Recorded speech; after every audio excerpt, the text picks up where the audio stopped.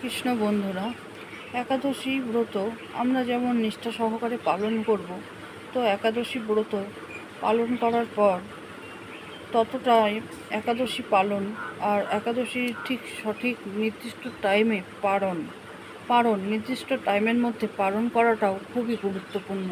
এই পালন ক্রিয়া যদি সম্পন্ন না হয়, তো আমাদের একাদশীটা সম্পন্ন হয় না, একাদশীটা বৃথা হয়ে যায়। তাই পরের দিন একাদশীর যে পালন নির্দিষ্ট সময়ের মধ্যে থাকে, সেই সময়ের মধ্যে ভগবানকে পূজা করা, সেই পঞ্চ রবিশস্য যা আমরা একাদশীর দিন বর্জন করি, সেই পঞ্চ রবিশস্যের মধ্যে থেকে কিছু, যেমন চিনি আতপ চালের তৈরি কোনো প্রসাদ হতে পারে, রুটি, লুচি, সুজি, বিভিন্ন ধরনের প্রসাদ দিয়ে আমরা পুজো করতে পারি। সেই পুজোর প্রসাদ আমরা গ্রহণ করে ব্রত ভাঙব। আর ব্রতের একটি নির্দিষ্ট মন্ত্র আছে, সেই মন্ত্রটি আমি বলছি।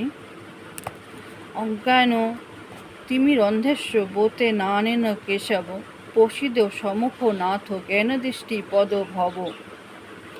তো এইটি হলো ব্রতে পারণ মন্ত্র।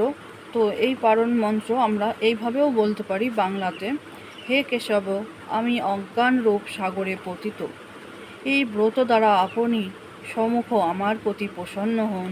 হে নাথ, আমাকে শীঘ্র জ্ঞান চক্ষু প্রদান করুন। তো এইভাবে আমরা একাদশী পালন ক্রিয়া সম্পন্ন করব। একাদশী, শয়ন একাদশী এইভাবে পালন করে আমরা স্বয়ং একাদশী সম্পন্ন করব।